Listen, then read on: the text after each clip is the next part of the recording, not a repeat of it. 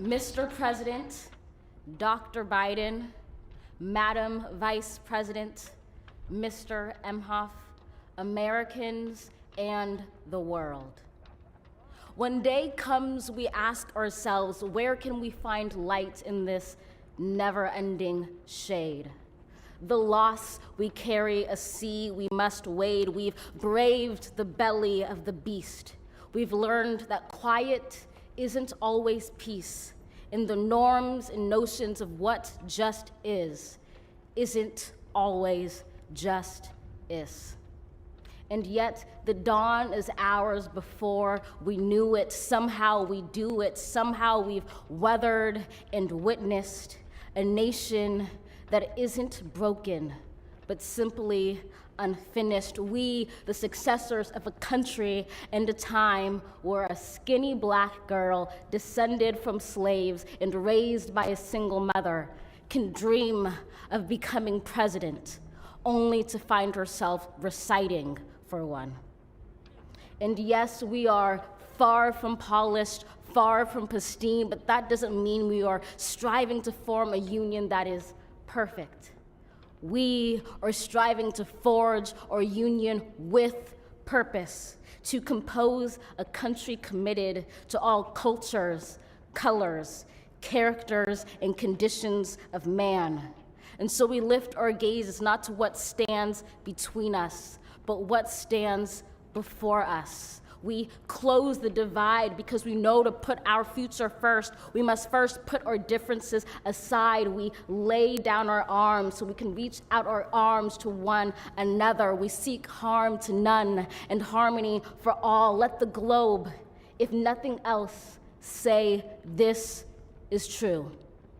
That even as we grieved, we grew, that even as we hurt, we hoped, that even as we tired, we tried, that we'll forever be tied together, victorious, not because we will never again know defeat, but because we will never again sow division.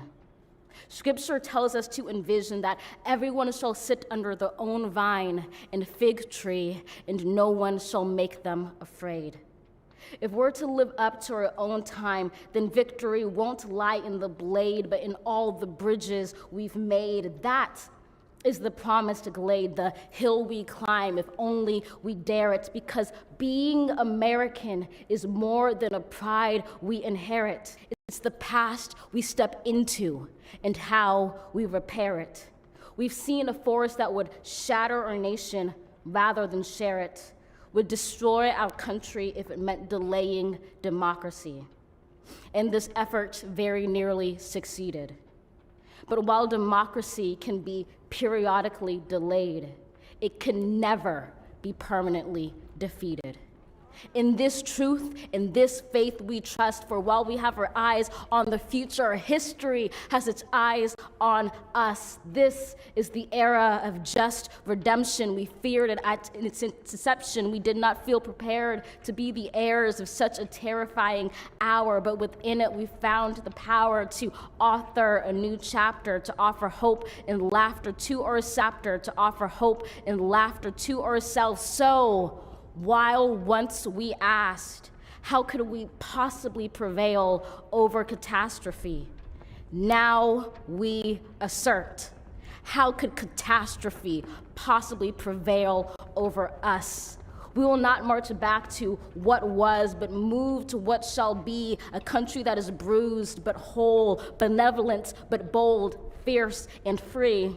We will not be turned around or interrupted by intimidation, because we know our inaction and inertia will be the inheritance of the next generation. Our blunders become their burdens, but one thing is certain. If we merge mercy with might and might with right, then love becomes our legacy and change our children's birthright.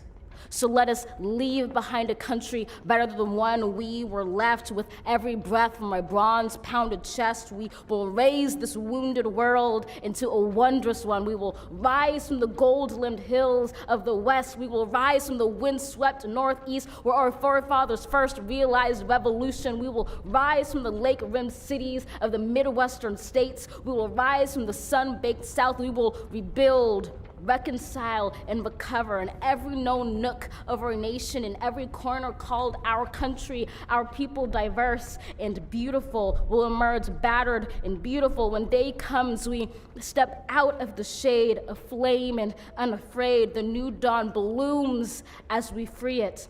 For there is always light, if only we're brave enough to see it, if only we're brave enough to be it.